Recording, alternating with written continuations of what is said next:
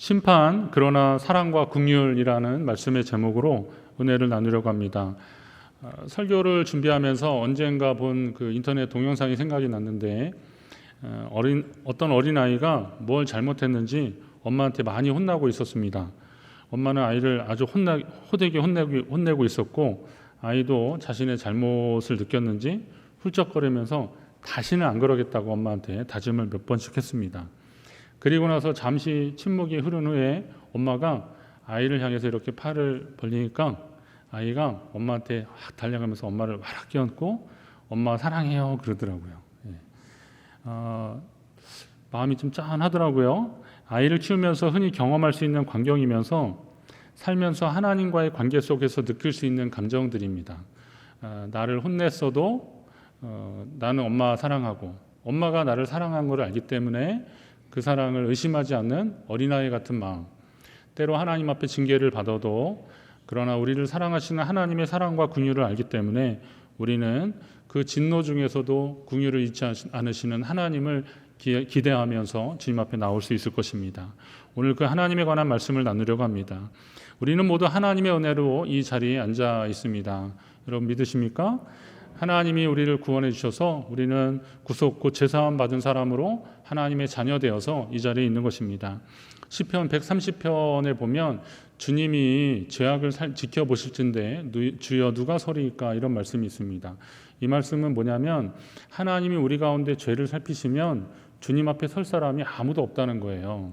주님이 죄악을 지켜보시면 그걸 가지고 문제 삼으시고 그거 가지고 책망하시고 그거 가지고 벌하셔서 본다면 우리는 주님 앞에 설 사람이 아무도 없다는 거예요. 그러나 우리가 주님 앞에 섰다는 것은 다시 말하면 주님이 우리를 용서해 주셨다는 겁니다. 하나님이 우리를 사랑하시고 용서하셔서 우리가 주의 자녀 되었다는 사실을 여러분 믿으시기 바랍니다. 하나님은 우리를 용서하기를 원하시는 겁니다. 이사야서 1장 18절에 보면 우리의 죄가 주홍 같을지라도 눈과 같이 희어질 것이고 우리의 죄가 진홍같이 붉을지라도 양털같이 되리라.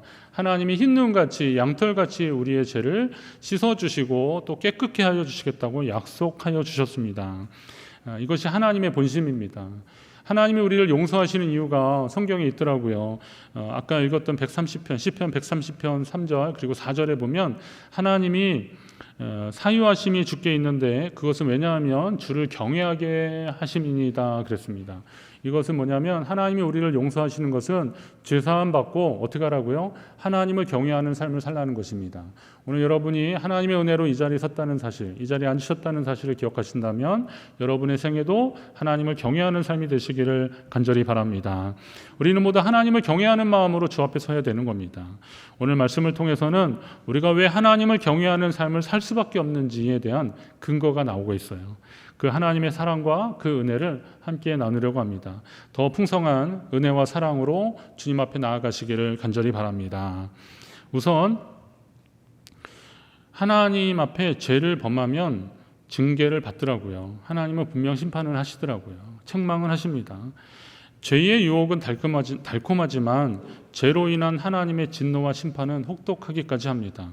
오늘 읽은 본문 앞부분에서는 순서대로 뱀과 여자에 대해서 그들이 죄를 범한 것에 대한 하나님의 책망과 징계의 말씀들이 나옵니다. 뱀에게는 그러시더라고요. 내가 저주를 받아서 배로 기어다니고 흙을 먹을 것이라고 그렇게 말씀하십니다. 하나님의 징계의 말씀입니다. 배로 기어다니고 땅을 기어다니는 거죠. 그리고 흙을 먹게 될 것이다. 실제 뱀이 이것저것 잡아먹지만 오늘 흙을 먹게 될 것이다 라고 하는 것은 좀 상징적 의미가 있는 것입니다. 땅을 기어다니면서 비참한 삶을 살게 될 것이다. 모든 짐승들 중에서 저주를 받아 그렇게 될 것이다 라고 하나님 말씀하십니다. 여자에게는 어떤 징계를 내리십니까? 해산의 고통을 크게 더해 주셨다는 겁니다. 원래 해산의 고통은 그렇게 크지는 않았을 거라고 생각이 됩니다. 제가 남자 입장에서 그런 말 하기가 좀 죄송하긴 한데 양해하고 들으십시오. 그러니까 원래 죄를 범하기 이전에는 해산의 고통이 그리 크지는 않았을 것이라는 생각이 들어요. 왜냐하면 하나님이 아담과 하와에게 생육하고 번성하라고 했는데 만약에 해산의 고통이 그렇게 크고 힘들었다면 번성할수록 해산을 많이 한다는 것인데 그럼 그게 고통이 그렇게 크다면 그건 축복의 말은 아니잖아요. 그렇다면 적어도 죄를 짓기 이전에는 그래도 해산의 고통이 그렇게 크지는 않았을 텐데 죄를 범한 이후에 해산의 고통을 크게 더해 주시는 그런 상황이 되더라고요. 이것은 하나님이 주시는 책망입니다. 하나님이 그렇게 하신 이유를 생각해 보면 인간의 죄가 얼마나 큰지를 한번 생각해 보라는 거예요. 해산은요 보니까 죽을 각오더라고요. 요즘 의료가 뭐 많이 발달됐다 그래도 해산은 정말 죽을 각오로 하는 겁니다. 이전 같은 상황에서는 특히나 더 그랬고요. 죽을 각오로 하는 겁니다. 어떤 아이를 낳으러 들어가는 엄마가 고무신을 벗으면서 내가 이걸 다시 신을 수 있을지 모르겠다 이렇게 말했다고 하지 않습니까? 그만큼 죽을 고통이거든요. 근데 이 고통은 무슨 고통이냐? 당신이 사랑하시는 하나님이 사랑하시는 인간이 죄를 지을 때 느껴지는 하나님의 고통이라는 것을 알라고 하나님이 그 해산의 고통을 주셨다라는 것이죠. 우리가 죄를 범하면 하나님의 마음이 얼마나 아프실까를 더 한번 생각해 보라고 하나님은 그런 고통을 주신 것입니다. 여러분, 우리가 고통스러울 때 자기를 돌아보고 하나님 앞에 어려운 상황에서 하나님 앞에 나를 돌아보라고 하나님이 그런 시간들을 주셨음을 기억하셔야 됩니다. 그렇다면 그 고통이, 그 고난의 순간들이, 그 힘든 잠 못 이루는 순간들이 오히려 하나님 앞에 더 성숙해지는 계기가 될 것입니다. 자, 그럼 같이 선악과를 먹었는데 상대적으로 남편인 아담에게는 징계가 좀 적은 것 같아 보이는 그런 상황입니다. 여성분들은 좀 섭섭할 수도 있어요.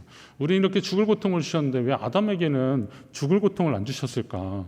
뭐 땅에서 수고하여서 소산을 먹을 것이라는 것은 뭐 당연한 거 아닌가 이렇게 생각하시지만 여러분 이것도 생각해 보면 굉장히 큰 거예요. 결정적으로 아담에게 하신 책망의 말씀을 들으면 죄에 대한 대가가 얼마나 큰지 심각한지를 알 수 있습니다. 하나님이 아담에게 뭐라 그러시냐면 17절에 내가 내 아내의 말을 듣고 내가 내게 먹지 말라 한 나무의 열매를 먹었은즉 땅은 너로 말미암아 저주를 받고 너는 평생에 수고하여야 그 소산을 먹을 것이다. 이렇게 말씀하십니다. 평생에 수고를 해야 그걸 먹을 것이다. 여러분 이런 말을 생각해 보셨을 때 하나님이 지금 아담에게 더 큰 책임을 묻고 있는 겁니다. 아내를 하나님이 기뻐하시는 그리고 옳은 길로 인도하지는 못할 망정 아내와 함께 사단의 유혹에 속고 그것을 선악과를 함께 먹었던 아담에게 하나님이 더 큰 책임을 묻고 계신데 땅은 너로 말미암아 저주를 받았다 이렇게 말씀하시는데 이 말은 다시 말하면 이전에는 땅이 저주를 받기 이전에는 하나님이 주신 것을 마음껏 잘 누릴 수 있는 그런 특권이 그들에게 있었는데 자유함이 있었는데 이제는 평생 수고를 해야 그 소산을 먹게 되는 그런 징계를 받게 된 것입니다. 생각해 보면 땅은 또 무슨 죄가 있어서 함께 저주를 받았어야만 했을까? 여러분 그런 생각 안 드십니까? 아니 잘못은 아담과 하와가 했는데 땅이 무슨 잘못을 했다고 무슨 죄가 있다고 그렇게 됐을까? 제가 이 부분에 대해서 성경을 좀 깊이 들여다봤는데 우선 하나님이 땅에 저주를 내리실 때 이 땅이라는 말은 그 땅이 저주를 받았다 할 때 이 땅은 우리가 알고 있는 땅입니다. 토지 뭐 이런 흙이란 뜻을 가지고 있는 아다마라고 하는 단어를 사용했어요. 히브리어 아다마라는 말을 사용했는데요. 그런데 뒤에 이어서 너는 흙이니 흙으로 돌아갈지라 라고 할 때의 그 흙은 아다마가 아니라 아파르라고 하는 히브리어 단어입니다. 그러니까 두 개가 달라요. 그러면 앞에 아다마는 어떤 말이냐면 좀 쉽게 말하면 대지, 이런 땅 이런 의미가 있는 겁니다. 우리가 살고 있는 근본이 되는 이것을 의미하는 거예요. 이곳이 좀 아마 에덴에서는 이게 뭐 흙 좋으면 다 불다 막 이러잖아요. 그러니까 그 불다라는 의미로 그 흙에서 그 대지에서 아담이 나왔다라고 해서 하나님은 아담이라고 불다라는 의미의 아담이라고 이름을 지어주신 겁니다. 그러면 아파르라는 말은 뭐냐면 그 대지를 이루고 있는 흙의 티끌, 먼지 이런 존재들을 이런 재료를 아파르, 흙이라고 하는 거죠. 그러니까 하나님은 이 아파르를 이야기하면서 이 번역의 과정에서 이게 흙이라고 하는 단어를 이제 아다마나 아파르나 이렇게 좀 혼용이 되는 바람에 우리가 좀 헷갈려서 그렇지, 조금 쉽게 얘기하면 아다마가 뜻하는 땅은 하나님이 창조하신 모든 것을 품고 있는 대지를 의미하는 것이고, 그리고 대지 위에 식물도 있고 짐승도 있고 새도 있고 곤충도 다 있는 겁니다. 당연히 그 위에 사람도 살고 있는 것이죠. 그게 이제 아다마입니다. 땅입니다. 그리고 흙, 아파르는 티끌, 먼지 이런 것들, 그러니까 대지를 이루고 있는 구성 요소들, 가장 작은 물질들입니다. 기본 물질들이라는 것이죠. 자, 이 정도 이해하면 하나님이 아담에게 어떤 말씀을 하셨는지가 좀 더 쉽게 다가옵니다. 땅은 살아있는 생물이 아니기 때문에 죄에 대한 책임은 없지만 그 땅을 다스리고 관리하는 사람에 의해서 이 운명이 좌우된 겁니다. 요즘 음주운전 때문에 폐해가 심하니까 이제 처벌을 강화하는 그런 법을 막 이렇게 만들고 그랬는데, 그것 때문에 제가 외국의 경우를 보니까요, 거기는 캐나다나 어디도 그러던데 음주운전자가 잡히면 그 차도 압수를 하더라고요. 차도 압수. 제가 그러고 나서 생각해 보니까 운전면허 시험에요, 그게 있어요. 범죄에 연루된 차량들은 압수하는 것이 그게 법이더라고요. 만약에 그게 어떤 그런 형태로 범죄에 이 차량이 이용되면 압수할 수 있게 되더라고요. 우리나라도 따지고 보면 그게 있는데 음주운전까지는 그러진 않는 것 같은데, 아무튼 운전자가 음주운전을 하면 그 차도 압류를 당하는 거예요. 그런 원리로 본다면 땅을 다스리고 관리해야 되는 사람이 죄를 지으니까 하나님이 그 땅에도 함께 저주가 내려지는 것을 보게 되는 겁니다. 그리고 하나님이 명하시죠. 너는 흙이니 흙으로 돌아갈 것이라. 하나님이 이러한 심판의 말씀이 아니더라도 우리는 티끌과 같은 존재라는 사실을 항상 잊지 말아야 됩니다. 우리가 티끌과 같은 존재라는 것을 인식하는 순간 교만해지지 않게 되는 거죠. 더 겸손해져야 되는 이유가 바로 여기 있는 겁니다. 우리가 티끌과 같은 존재라는 거예요. 흙으로 돌아갈 것이라고 하는 말씀은 죽음을 의미하는 말 아닙니까? 그럼 죄를 지으면 죽게 될 것이라고 하나님이 말씀하신 겁니다. 그 말씀이 이루어지게 되는 것이죠. 죽을지도 모른다라는 것도 아닙니다. 죄를 지으면 분명히 죽습니다.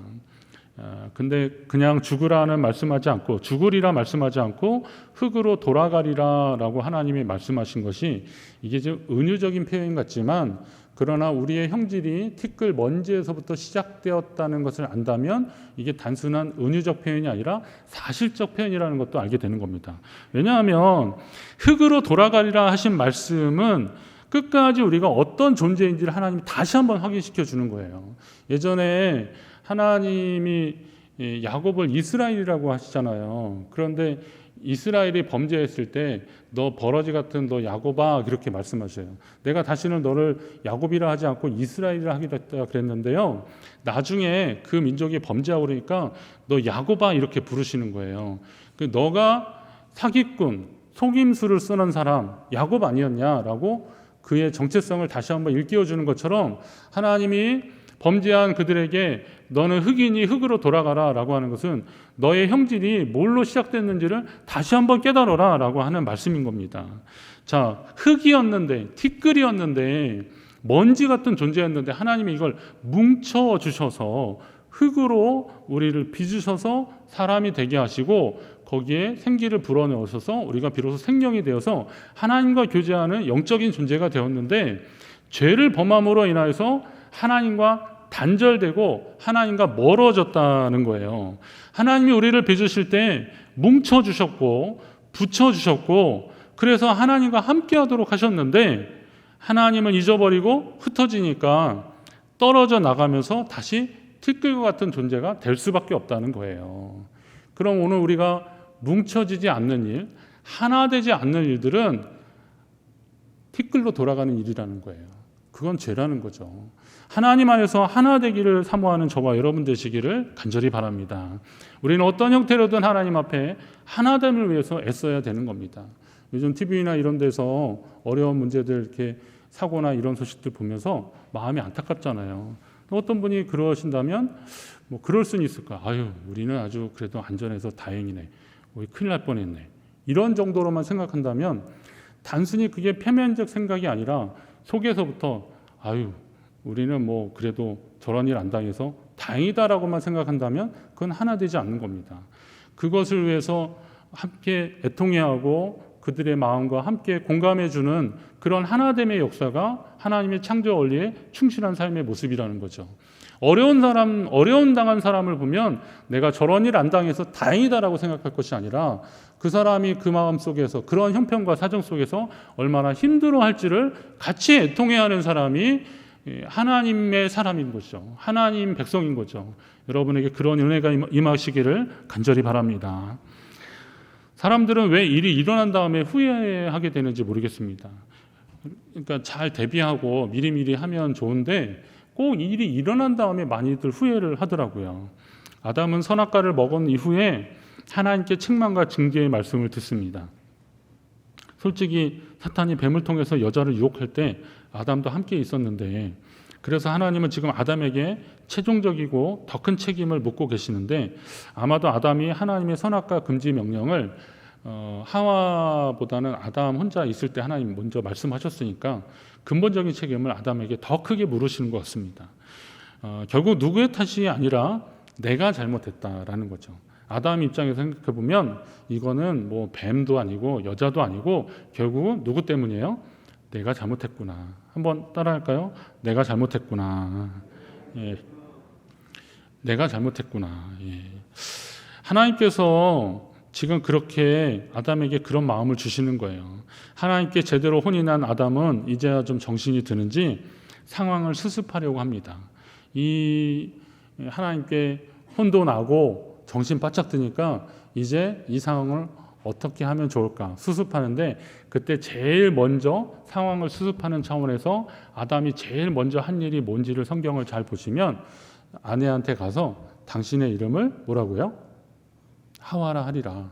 지난번 설교할 때 계속 말씀드렸죠. 앞에서는 여인의 이름을, 여자 이름을 지어주지 않았어요. 그런데 오늘 당신 이름을 하와라 하고 모든 산자, 모든 살아있는 자의 어미다. 그러니까 하와로 합시다. 이렇게 이야기합니다. 아담은 그때까지 아내의 이름을 지어주지 않았습니다. 그냥 여자, 이샤라고 했습니다. 남자는 이시인데 이시에서 이샤라고 그냥 하나님이 제게 주셔서 함께하게 한 그 여자 할 때도 이시아라고 그랬거든요. 그때까지만 해도 그 여인의 이름이 없었고 그냥 그 여자라고만 했었는데, 오늘 이 아내한테 가서 아담이 당신을 하와로 합시다. 하와로 부르겠소라고 하는 겁니다.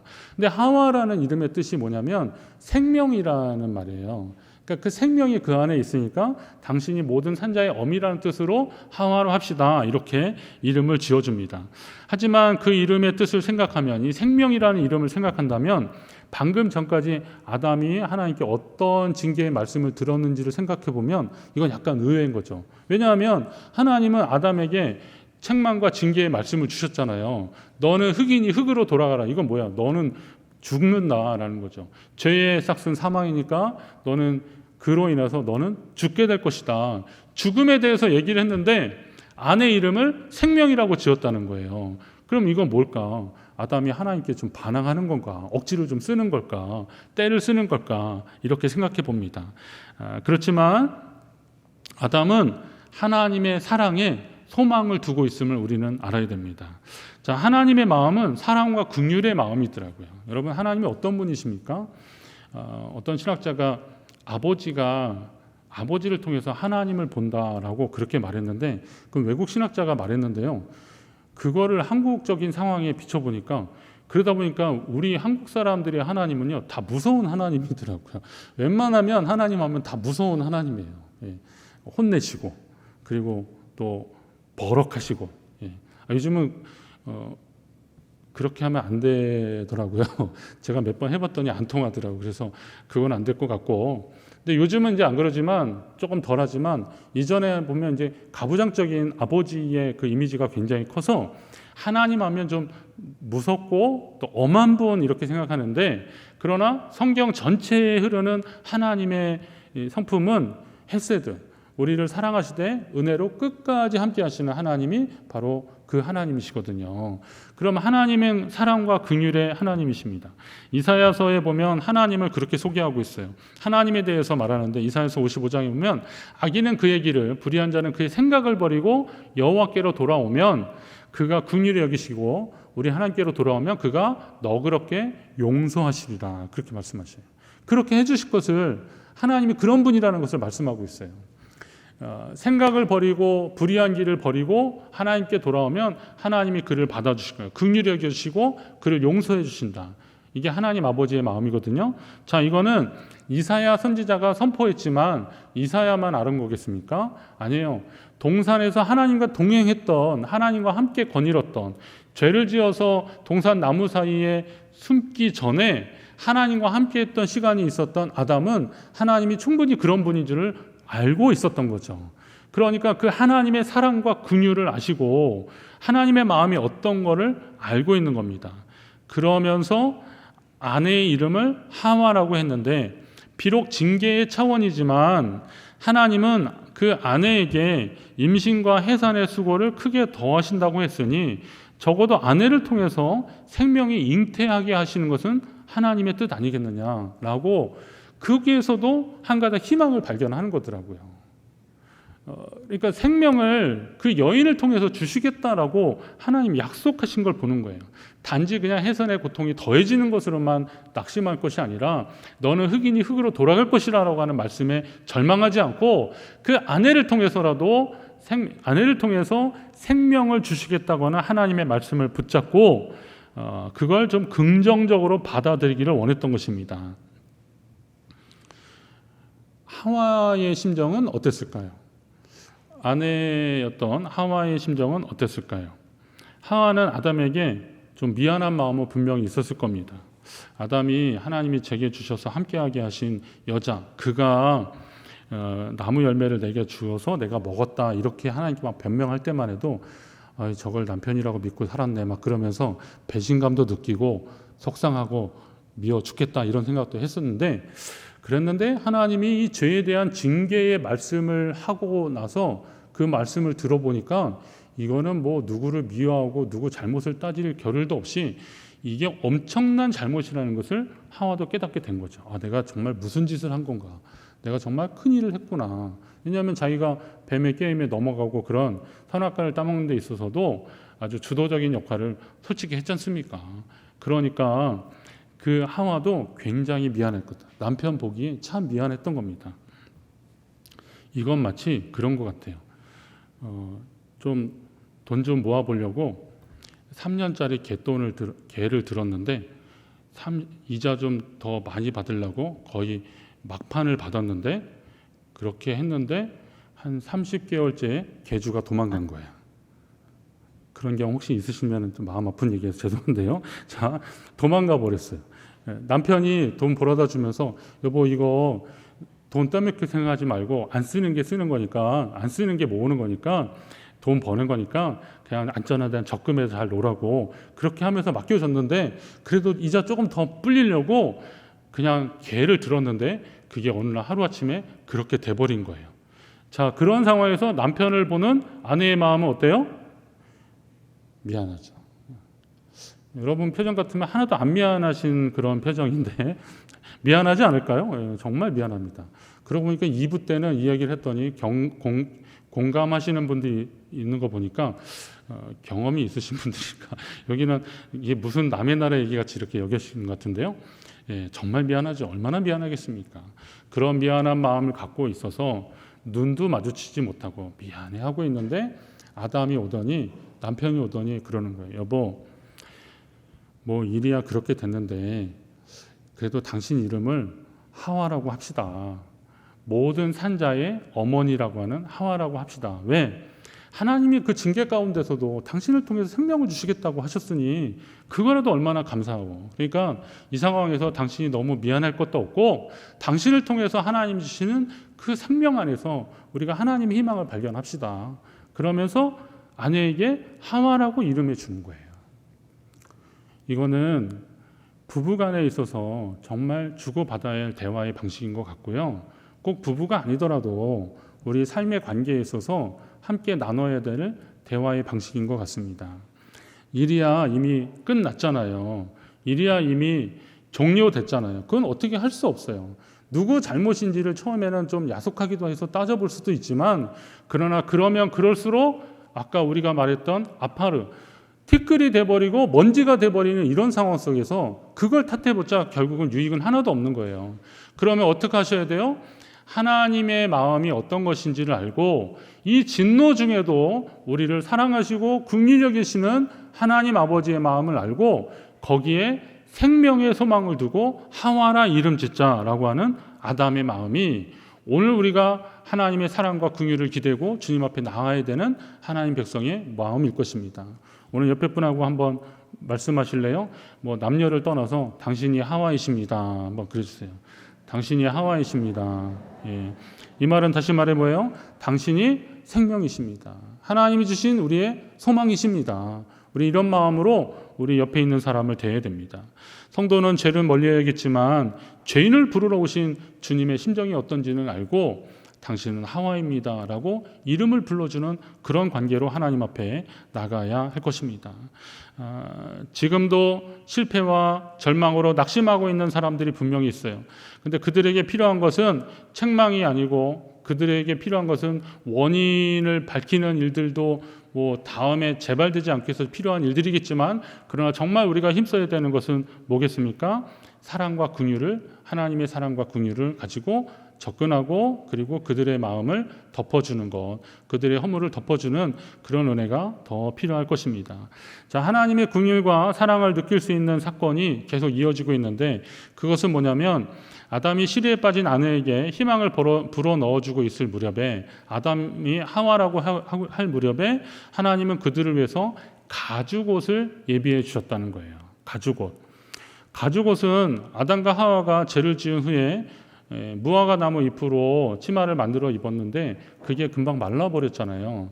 그러니까 그렇게 말라버리는 그들이 만든 그 옷에 비하면 거의 영구적인 거예요. 아주 대조적인 개념으로 가죽옷이 나오는 겁니다.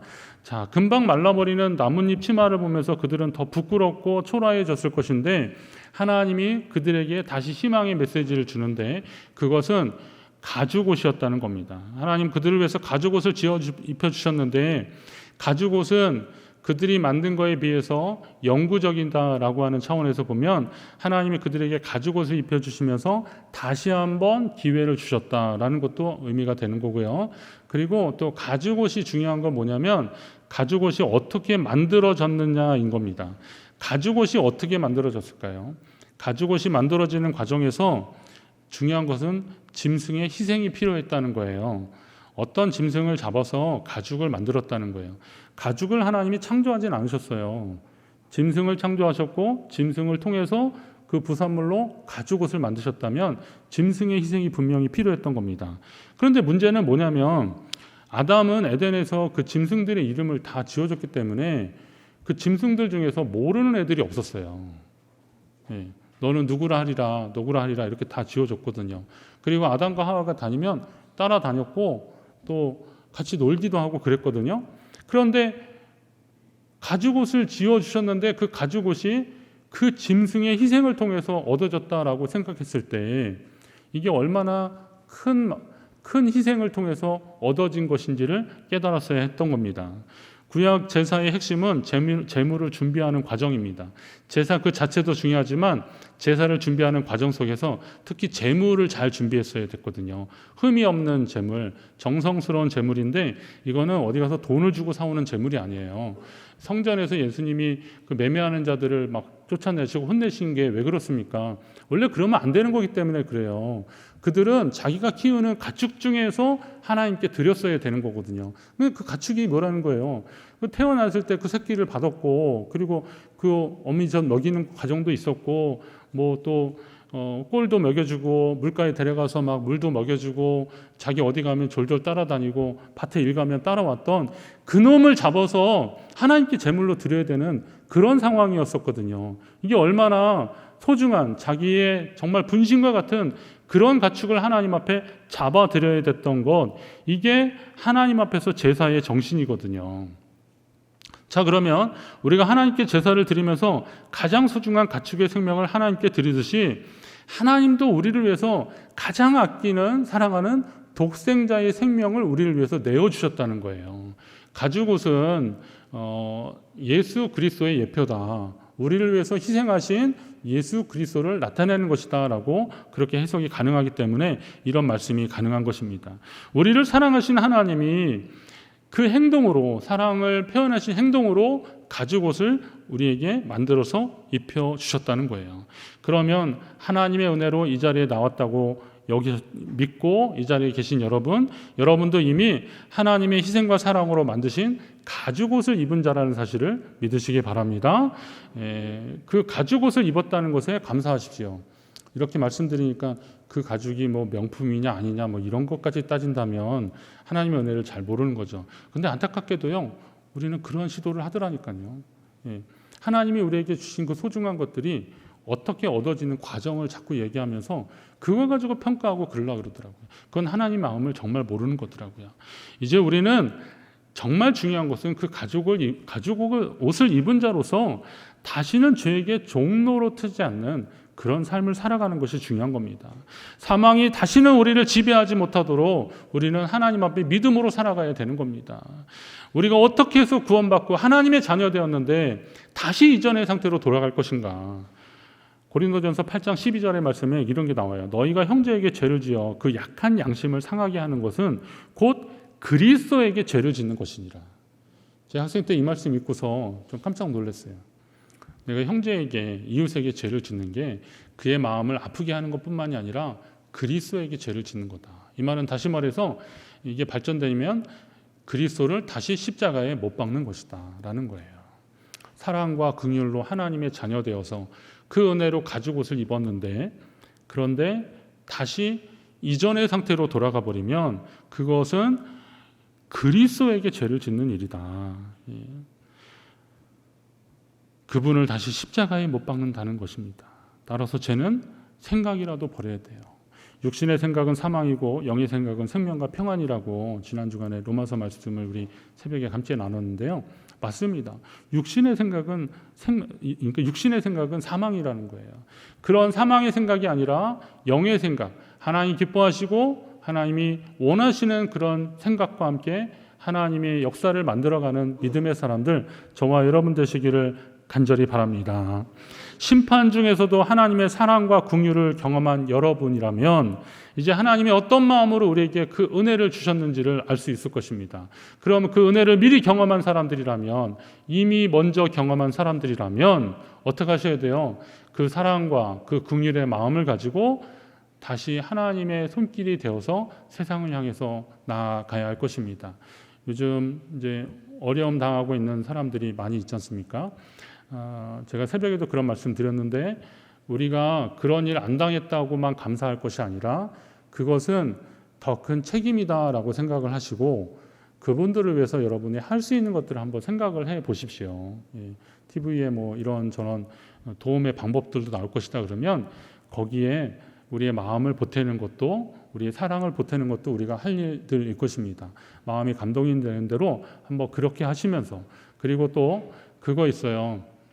저도 그 수해 때 교회가 막 이렇게 잠기고 성도들 집 망가지고 그런 경험을 했던 사람으로서 그 당시에 고마웠던 게 뭐냐면, 전화 한 통 해서 아유 고생 많지 이렇게 얘기하는데 울컥하더라고요. 그러니까 혹시 여러분이 살고 있는, 그리고 알고 있는 분들, 수해 만난 지역 분들이 있으면 그분들한테 한번 전화하셔서, 아니면 뭐 그렇지 않으라도 안부 전화라도 좀 하셔서 서로의 안부를 묻고 그러면서 하나님이 여러분에게 주신 사랑을 좀 나누시기 바랍니다. 그렇게 해서 오늘 우리가 하나님의 사랑과 긍휼로 가죽옷을 입은 자로서 그것을 하나님이 왜 그걸 입혀주셨겠습니까? 자유롭게 활동하고 움직이라고 하는 거잖아요. 그 사랑을 나누는데, 움직이는데 최선을 다하는 저와 여러분 되시기를 간절히 바랍니다.